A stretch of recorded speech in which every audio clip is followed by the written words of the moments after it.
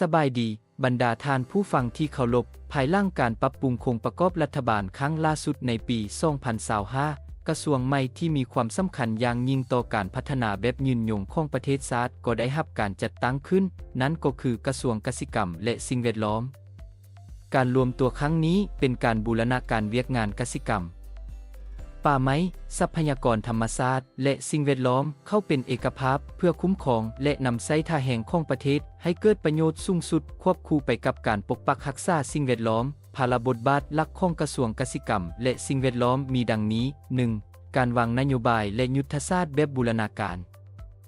กระทรวงมีหน้าที่กำหนดนโยบายยุทธศาสตร์และแผนแม่บทแห่งชาติที่เชื่อมโยงการพัฒนาภาคเกษตรเข้ากับการบริหารจัดการทรัพยากรธรรมชาติและการรักษาสิ่งแวดล้อมอย่างเป็นระบบเพื่อให้ประเทศชาติบรรลุเป้าหมายการพัฒนาสีเขียวและยั่งยืน 2. การส่งเสริมกสิกรรมและสร้างความมั่นคงทางเสบียงอาหาร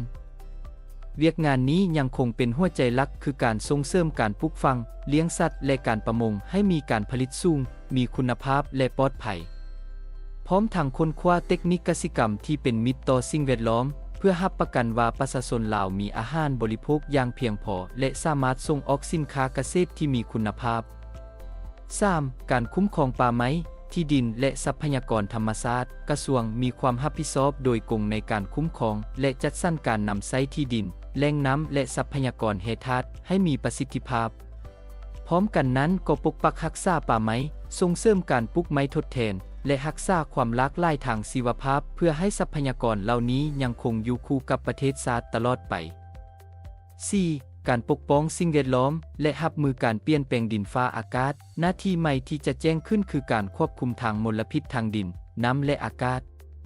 กระทรวงจะติดตามกวดกาและประเมินผลกระทบต่อสิ่งแวดล้อมหรือ EIA จากโครงการพัฒนาต่างๆพร้อมทางวางมาตรการในการปรับตัวและรับมือกับผลกระทบจากการเปลี่ยนแปลงดินฟ้าอากาศที่นับมื้อนับจะหุนแห่งขึ้น 5. การพัฒนาชนบทและส่งเสริมชีวิตการเป็นอยู่ที่ยืนยงเป้าหมายสูงสุดของกระทรวงคือการยกระดับคุณภาพชีวิตของประชาชนในชนบท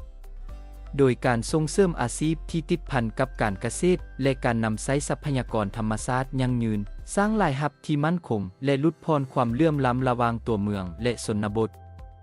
สรุปแล้วกระทรวงเกษตรกรรมและสิ่งแวดล้อมเป็นกระทรวงยุทธศาสตร์ที่มีภารกิจอันยิ่งใหญ่ในการสร้างสมดุลระหว่างการพัฒนาและการอนุรักษ์เพื่อรับประกันให้ประเทศชาติมีทั้งความเจริญรุ่งเรืองทางเศรษฐกิจและสิ่งแวดล้อมที่ดีเพื่อส่งมอบให้แก่ลูกหลานในอนาคต